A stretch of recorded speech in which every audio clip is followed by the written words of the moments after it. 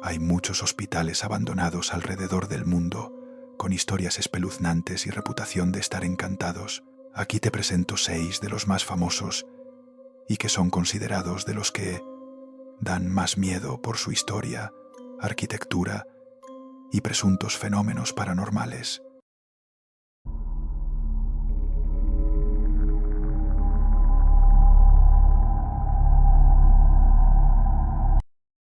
Prepárense para escuchar una historia que se esconde detrás de la imponente y solitaria estructura de Waverly Hills, un lugar que no fue construido para sanar, sino para morir. Estamos en Louisville, Kentucky, a principios del siglo XX. Una enfermedad terrible, la tuberculosis, la plaga blanca, arrasaba con las familias. Los hospitales comunes estaban colapsados. La única esperanza, o al menos eso decían, era este gigante de ladrillo, el sanatorio Waverly Hills. Abrió sus puertas para aislar a los infectados del resto del mundo. Y ese aislamiento, mis amigos, se convirtió rápidamente en una pesadilla. Imagina a miles de personas, día tras día, luchando con un dolor que les consumía los pulmones. Los tratamientos de la época eran crueles e inútiles. Aire fresco forzado, cirugías experimentales y, sobre todo, una sensación constante de desesperanza. En sus peores años, se cree que una persona moría cada hora. Sí, cada hora. Los médicos y enfermeras, agotados y aterrados, a veces no podían más. Las historias dicen que las muertes no siempre eran naturales. Hay relatos de suicidios y hasta de asesinatos dentro de estas frías paredes. La habitación 502 es la más famosa.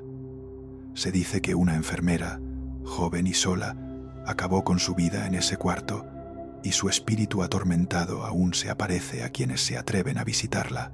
Pero la parte más oscura de Waverly Hills no está arriba, sino abajo. ¿Cómo sacar miles de cuerpos sin sembrar el pánico entre los pacientes vivos? La respuesta fue túnel de la muerte o cuerpo, un pasadizo subterráneo de 150 metros. Por ahí, en secreto, los cadáveres eran bajados en un elevador y transportados, lejos de la vista de todos, para ser enterrados o recogidos. Este túnel fue testigo silencioso de la desesperación más profunda y de un desfile interminable de ataúdes. Waverly Hills cerró en 1961 gracias a nuevos medicamentos, pero el silencio nunca llegó. Hoy, el sanatorio es conocido como uno de los lugares más embrujados del mundo. La gente que entra jura escuchar llantos, gritos, el arrastre de las camillas y ver figuras oscuras que los observan desde las ventanas vacías.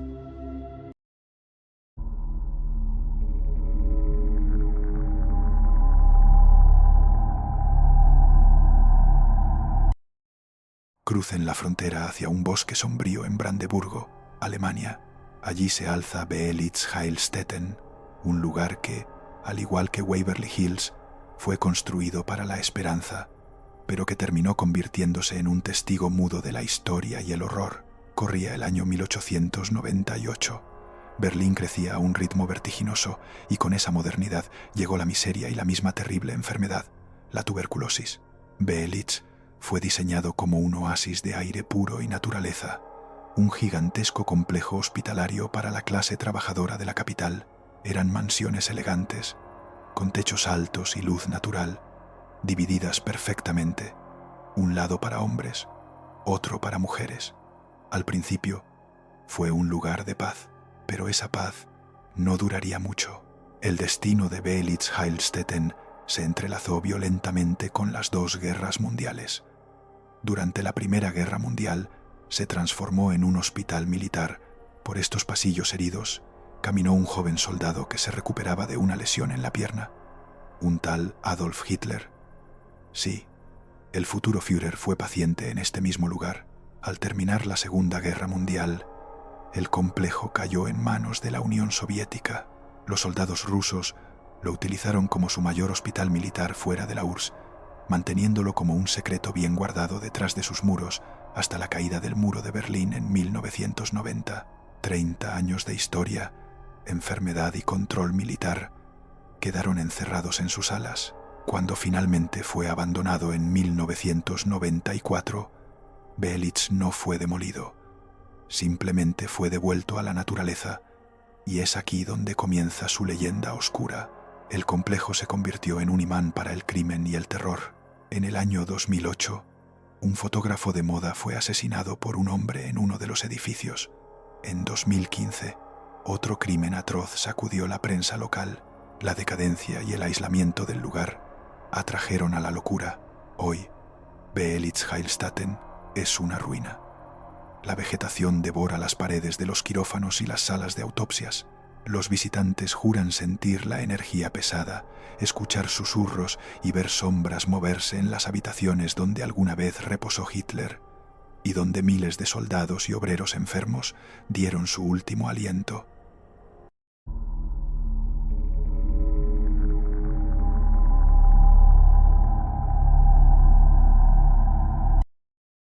Imaginen una joya en la laguna de Venecia, pero esta joya no brilla, solo esconde la oscuridad. Esta es la historia de la isla Poveglia, el lugar más aterrador y prohibido de Italia, una isla que ha visto más sufrimiento que cualquier otro rincón del planeta. La desgracia de Poveglia comenzó hace siglos. Cuando la peste negra, la muerte negra golpeó a Europa, Venecia tenía un problema: dónde poner a miles de cuerpos y a los moribundos. La solución fue esta pequeña isla. Poveglia se convirtió en un lazareto, una isla de cuarentena y en realidad una fosa común masiva. Los enfermos, incluso aquellos con solo una leve tos o fiebre, eran arrastrados hasta aquí y dejados a su suerte.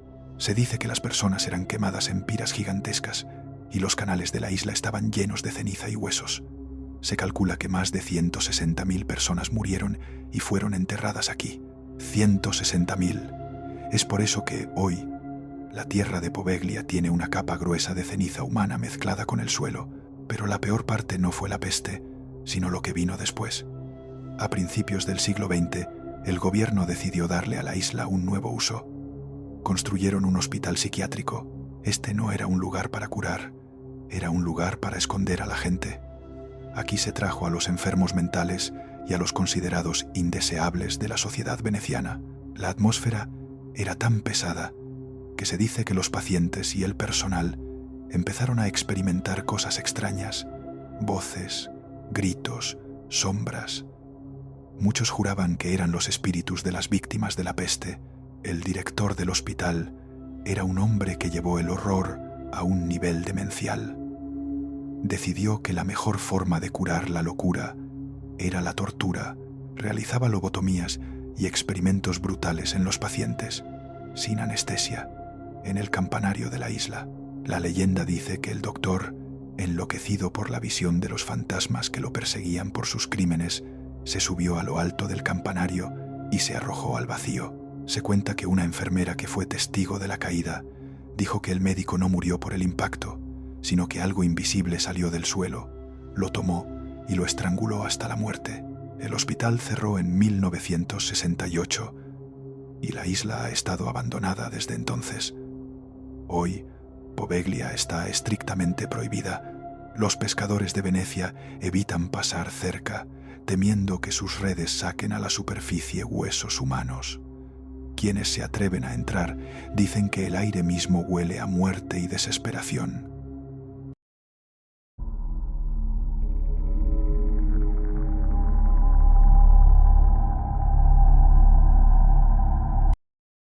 Imaginen un lugar, no una casa cualquiera, sino un gigante de ladrillo rojo en el corazón de East Sussex, Reino Unido. Su nombre, el Hospital de Hellingly, pero para los que estuvieron allí, era simplemente el manicomio, y su historia está cubierta por una gruesa capa de polvo y sombras. Era 1903. El mundo entraba en un nuevo siglo, y Hellingly se abría como un faro de la nueva esperanza para tratar las mentes rotas. Lo construyeron como si fuera un pueblo pequeño, con sus propios campos, su propia granja, hasta su propia central eléctrica, y una línea de tren secreta que traía a los pacientes directo desde Londres, un lugar enorme, diseñado para albergar a casi 1.500 personas. Al principio, era un hospital moderno. Los médicos usaban la hidroterapia, meter a la gente en baños fríos o calientes para calmar sus nervios, y el famoso tratamiento de choque de insulina que bajaba el azúcar en la sangre de los pacientes hasta casi el coma. Métodos que hoy nos parecen de terror, pero la verdadera oscuridad comenzó a crecer con el tiempo. Durante décadas, miles de personas con todo tipo de problemas fueron internadas aquí. Algunos tenían enfermedades mentales graves, sí, pero muchos otros eran simplemente mujeres histéricas, adolescentes, rebeldes o gente mayor con demencia, personas que la sociedad prefería esconder. Los tratamientos se hicieron más duros, más desesperados. La Segunda Guerra Mundial trajo escasez de personal y medicinas, y después de la guerra llegó la era de la lobotomía, un procedimiento brutal donde los médicos cortaban conexiones en el cerebro buscando convertir a los pacientes más difíciles en personas dóciles. Algunos se curaron, pero muchos quedaron como cascarones vacíos. Los pasillos, que alguna vez estuvieron llenos de luz, se convirtieron en un laberinto de gritos apagados y soledad. Las enfermeras y los médicos, superados, a menudo recurrían a la contención y el aislamiento. Las celdas acolchadas se hicieron el hogar de los que ya no podían luchar. El tiempo pasó, la medicina avanzó. En la década de 1980, el concepto de manicomios grandes y aislados empezó a morir. El gobierno decidió que era mejor tratar a la gente en comunidades pequeñas. Y así, en 1994, Hellingly cerró sus puertas por última vez. Pero la historia no termina ahí. Cuando el último paciente se fue, el hospital no fue derribado, fue abandonado. Durante años, este gigante de ladrillo quedó en silencio. Los vándalos entraron. Los buscadores de misterios y los exploradores urbanos se colaron por las ventanas rotas, y lo que encontraron fue escalofriante. Viejas sillas de ruedas oxidadas, historiales médicos esparcidos por el suelo y la sensación omnipresente de que las almas de sus antiguos habitantes nunca se habían ido.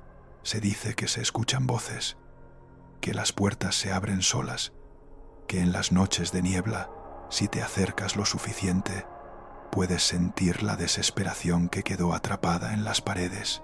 Finalmente, hace unos pocos años, casi todo el hospital fue demolido para construir casas nuevas. Pero se puede borrar una historia así con concreto fresco.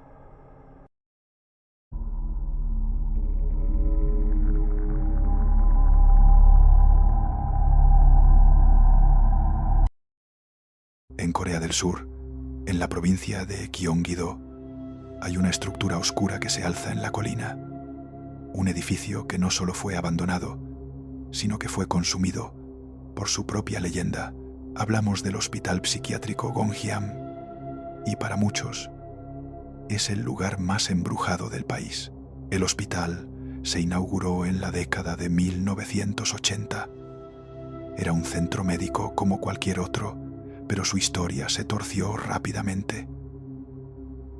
La gente del pueblo empezó a murmurar. Se decía que los pacientes no morían por causas naturales, sino que eran asesinados misteriosamente. La leyenda más popular, y la que puso a Gonjiam en el mapa del miedo, cuenta que el dueño del hospital estaba loco. Se dice que retenía a sus pacientes y los sometía a torturas o experimentos antes de que murieran de forma inexplicable.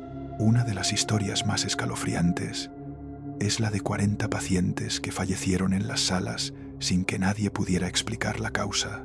Los cuerpos se apilaban y el miedo crecía.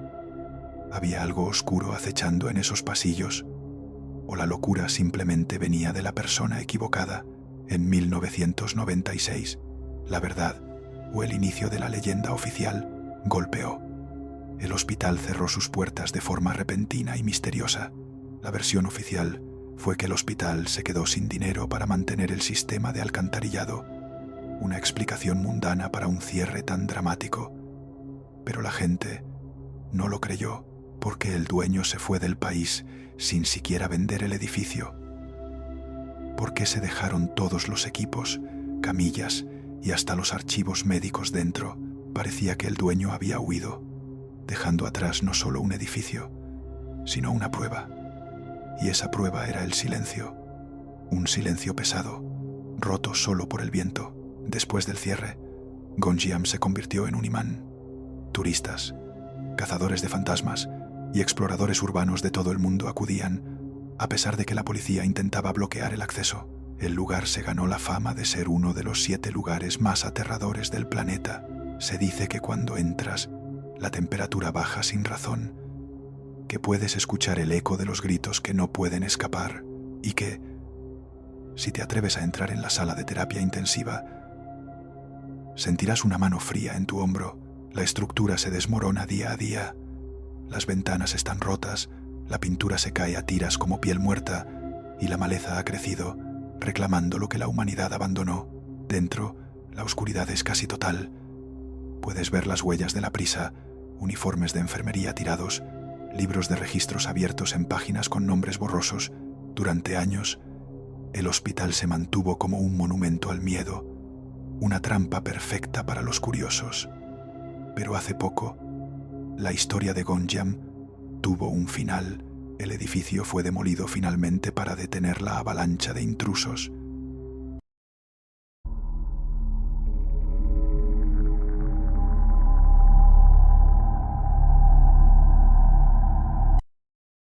Imaginen un lugar tan alto que toca las nubes.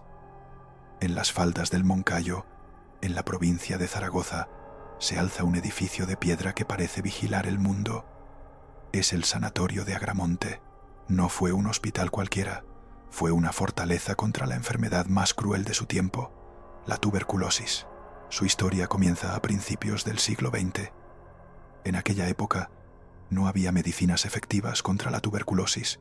La única cura que ofrecían los médicos era el aire puro, el sol de montaña y el reposo absoluto. Y por eso se construyó Agramonte, un lugar aislado y hermoso a más de 1200 metros de altura, un refugio de esperanza. Los pacientes que llegaban sabían que sus posibilidades eran escasas. La tuberculosis era una sentencia. Era la peste blanca que consumía los pulmones lentamente. Estos hombres y mujeres subían al Moncayo, dejando atrás a sus familias, con la esperanza de que el aire limpio los salvara. Pero la esperanza se convirtió en desesperación. Las salas eran frías y el aislamiento era total.